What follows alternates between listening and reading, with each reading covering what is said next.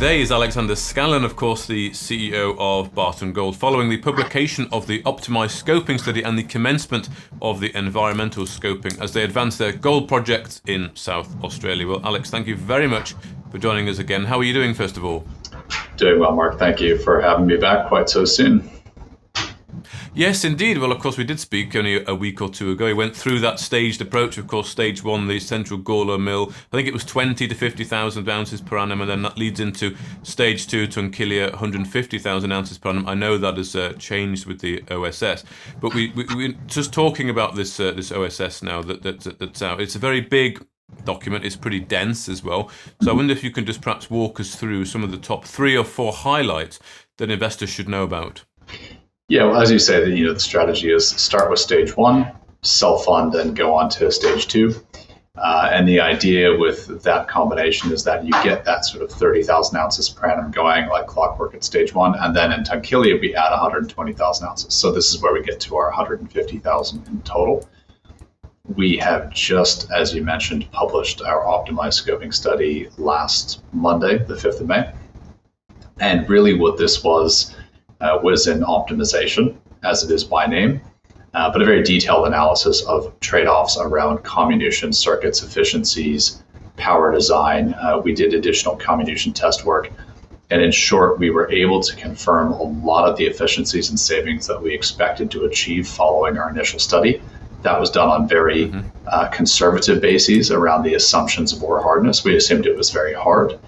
We also assumed a very inefficient processing circuit, essentially as a conservative first test. What we've done now is we've actually reduced energy consumption in the comminution circuit, the crushing and grinding, by about 30%. So we've reduced the number one cost input in the processing circuit by 30%. We've made savings in the capital cost. This is a fully built mechanical equipment list. We've made material savings in the overall operating cost. We've expanded the resources now to 1.6 million ounces and therefore expanded the pit design. The net result is that we end up with a project that will produce about 1 million ounces of gold and about 2 million ounces of silver across an 8-year period. So 120,000 ounces of gold per annum, 250,000 ounces per annum of silver per annum. And what that yields then at current market prices, or slightly below current market prices, is about 2.7 billion Australian dollars in operating free cash. And importantly, there's a very strong bias in that free cash towards the front end of the project. So we have this starter pit. We've sort of enhanced or optimized the starter pit as well. We now have about a 5.9 million ton starter pit. So about 1.1 or 1.2 years of operations at the front end that produces over $800 million in gross free cash from about 200,000 ounces of gold and almost 500,000 ounces of silver. So it pays back the project 2 times over in the first 12 or 13 months. This obviously gives it a very strong financing profile when we're talking to our banking partners. Well, indeed. I mean, that's a very interesting point I wanted to pick up on. This starter pit, then, so as you mentioned there, could generate that 825 million in free cash flow there. So how does that shape or change the funding strategy for stage 2? Because I know when we talked last time, we were talking about a mix of debt, equity, but also forward selling the silver, which I do want to talk about as well. So how does that starter pit, does it change how you would approach the funding? No, I don't think it changes it. It probably really strengthens the idea of what we had in mind. It's really about, that starter pit is really about underwriting the credit component of financing. So it's more about giving great confidence to our credit financiers that in entering into a 5 or 6 year project or corporate finance style facility, that there is a very, very strong safety buffer or a margin of error for them to be paid back on the construction and commissioning of the project. What that does is it gives us more freedom to pursue stronger terms, but also just to pursue different types of financing with a credit provider who's more comfortable. Okay. Okay, so that makes sense. Now, you mentioned the 34 to 35% savings in the comminution. So the comminution, as I understand, that's the crushing, grinding of the ore. That's the start of the processing operation. How did you achieve that? What were some of the main things that have allowed for that reduction there? Chiefly two things. One, when we did the initial study, we made the assumption that all of the material was much, much harder than it actually is. So we assumed that it all had a bond ball mill work index, or the amount of energy required to sort of tumble and grind the material, of about 26.7, nearly 27 kilowatt hours per ton. In reality, in the oxide material, that's closer to 16, and in the fresh material, that's between 20 and 21. So we dramatically overstated the amount of energy required to grind the material.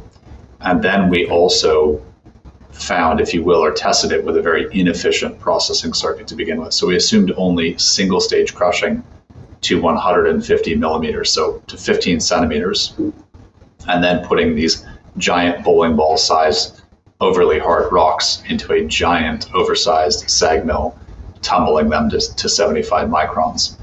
In reality, it is much more energy efficient to crush it 3 times down to a much smaller size, right around 9 or 10 millimeters, and then put that directly into a ball mill. So there is significant energy savings in the hardness of the material, and there's also significant energy savings on the route from, big ore down to the ball mill.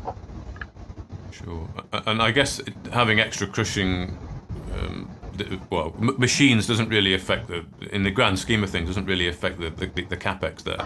Correct. What we did we invested in more capex in the crushing circuit. That has been offset by a reduction in the grinding circuit because we've removed a giant SAG mill and now we go directly to a ball mill. Okay. And we did actually sacrifice back some of our capital savings. We added a tailings thickener, so a pre-tailings thickener to sort of de-water the tailings more. And that also had the additional benefit of, one, we essentially reinvested, I think close to another sort of $7.5 to $10 million in capex. So we gave some of our savings back. But what it does is it reduces our water consumption by about 35%, which is another very strong sort of ESG style gain that we make alongside converting from purely gas to gas and renewables mix. Okay. Yeah. Okay. And I noticed as well, and I think you mentioned this last time, we're assuming here, I think it's an Aussie dollar gold price of 3,500. So that's well below where we are at the moment. So I mean, this conservatism, is there any reason for that? And how would your confidence feel with the sort of the stress testing, let's say, the price for gold? Yeah, so the pit was optimized at $3,500 per ounce Australian. So in simple terms, what is the outer boundary of a pit that will produce a marginally profitable ounce between the processing cost, the mining cost, and amortizing the capital cost, right?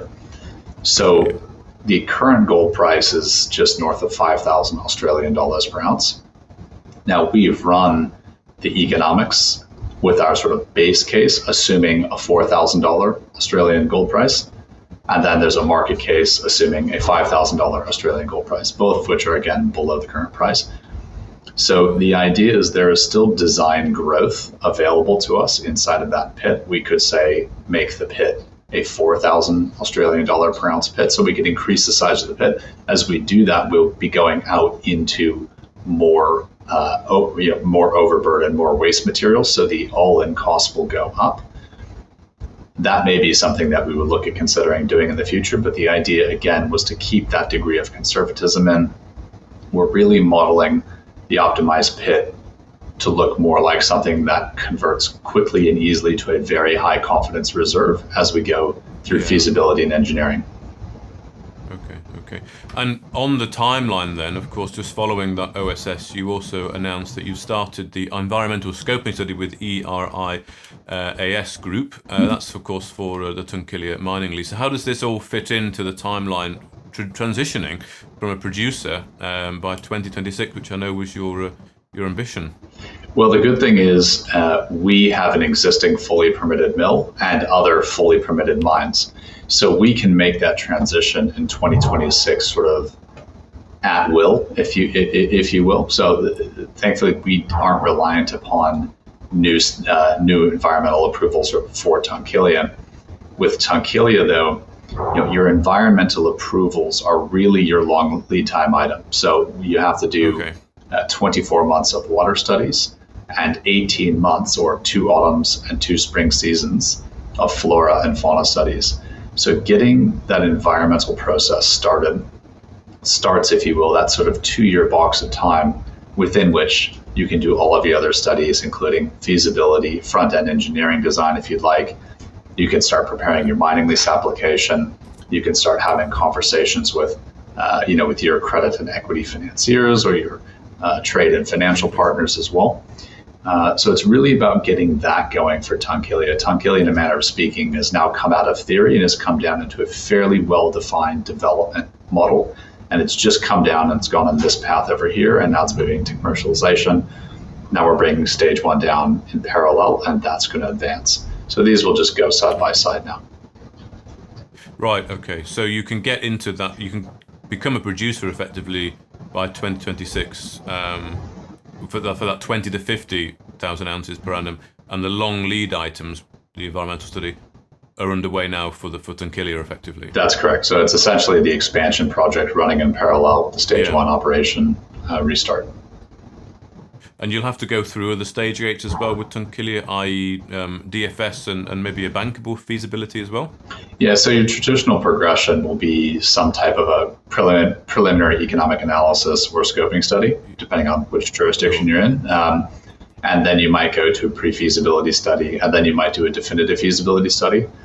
We haven't yet determined exactly which path we're going to take there, for the reason being that we did a lot of the pre-feasibility style of analyses, again, that you would typically do at PFS stage. We've already done these at our optimized scoping stage.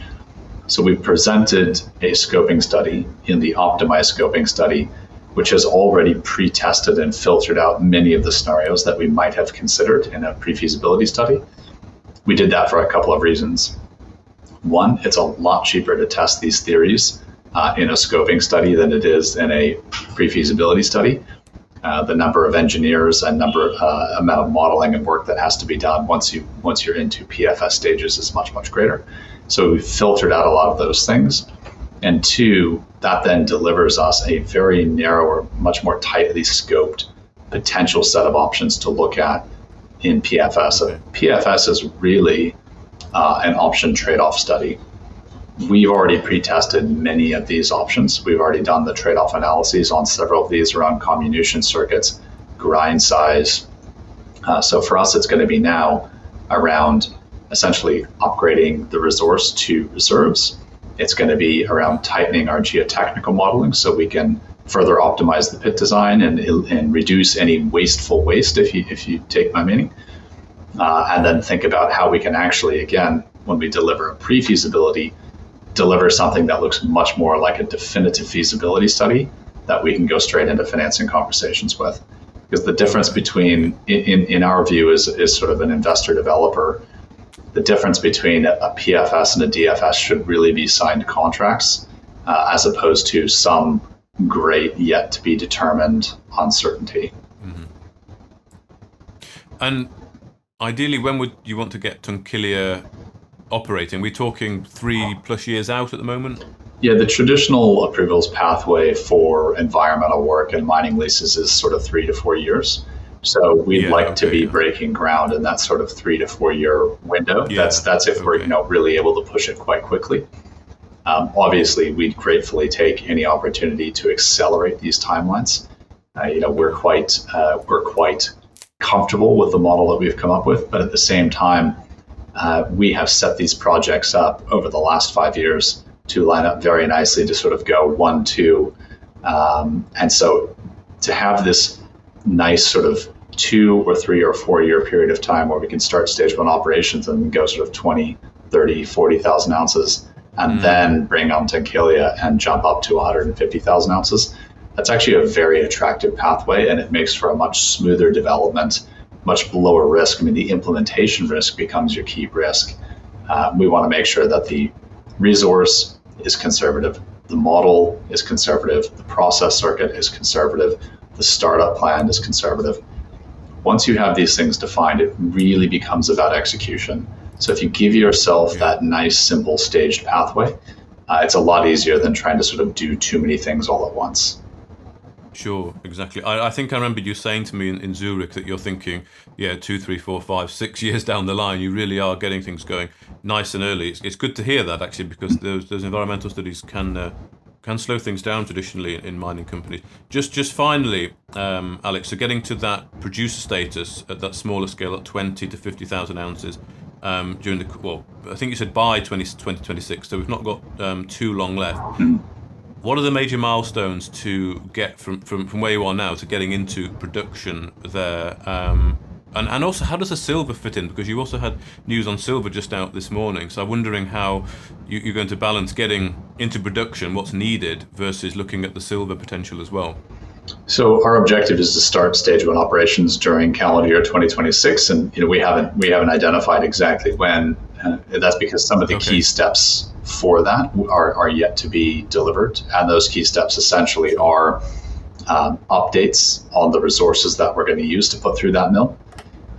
Then we'll publish an analysis of what are the different models that the different models under which we could reconfigure that mill. So what you want to put through the mill will determine how you reconfigure it.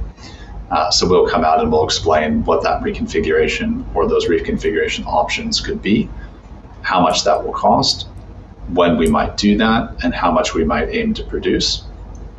And then that will give us the ability to set a more formal timeline. But what we have said is targeting 2026, and our preference, of course, is to go sooner rather than later, because we have, in a manner of speaking, with an existing fully permitted mill, something like a 2 to 3 year and $200 to $300 million head start on anyone who might otherwise say, I would like to be a producer. And that is how much it takes and how much it costs to build a mill of any scale in Australia. So we'll want to go quickly with that. Now, in terms of the silver, what's really interesting about that, the silver discovery is, the gold field there in which it sits is a known, long-term historical gold, high-grade gold producing district. It's the Taruga Goldfield. That is where we have our Taruga open pit, which was essentially an open pit wrapped around some historical high-grade gold mines. Historically speaking, you have found silver associated with the gold, but in very small amounts. So you would typically, in Taruga, say you get 6 ounces of gold and 1 ounce of silver. So we weren't surprised to find silver in Tolmer, and we first identified actually silver in the gold zone that we found there in August. But what was surprising was it was higher grade silver than you'd expect to find. So we found silver grades up to 300 grams per ton in association with gold up to 80 plus grams per ton. When we then stepped 500 meters to the west to drill another target structure, what we found was what has become, I guess, termed our Western Silver Zone, which is a very silver dominant mineralization and very high grade silver mineralization. So we put in one line of holes. Some of them are air core holes and some of them were RC holes, which went deeper. And in one line of 7 holes, we had 3 drilling intersections, which ranked in the global top 10, of the various different league tables that get published. And the first one we published was, I think, the 4th highest silver intersection published on the ASX, the TSX, or the London Stock Exchange during the first quarter of 2025. So again, silver, not terribly surprising. Extremely high grade silver, terribly surprising. And what is it? We don't know. How would we process it? We don't know. We have just announced this morning we're expediting some follow-up drilling for that. What it is exciting. We have height, we have width, we have 0 depth because we have one line of holes. So we'll be drilling further west, further north, and further south to see if we can turn it into a 3-dimensional body of high-grade mineralization. And from there, we'd be able to work out, is this something that goes through our existing mill? Is this something that feeds into stage 1? If so, how? Or is this also something that might feed into a future Tonkilia plant? Because, hey, if you've got large-scale bulk open-pittable silver-grade mineralization, and Tonkilia is already a significant silver producer, does that become a blend to go into that into that feed there? Okay. So much to discover, but I think there'll be some very interesting results coming out as we drill this and publish our assays over the coming weeks and months. Good. Excellent. Well, as you say, lots going on, Alex. So it's going to be a busy second half of the year for sure. And we can expect to see quite a few things, I guess, coming from Barton. But for now, thank you very much for your time. Likewise. Thank you. If you enjoyed this interview, then give us a thumbs up, a like or a retweet. Subscribe to us on YouTube or follow us on Twitter and hit that notification bell to be the first to know when we release new content. There's loads of great content on our website too, across all our programs at StockBoxMedia.com. Thank you for watching.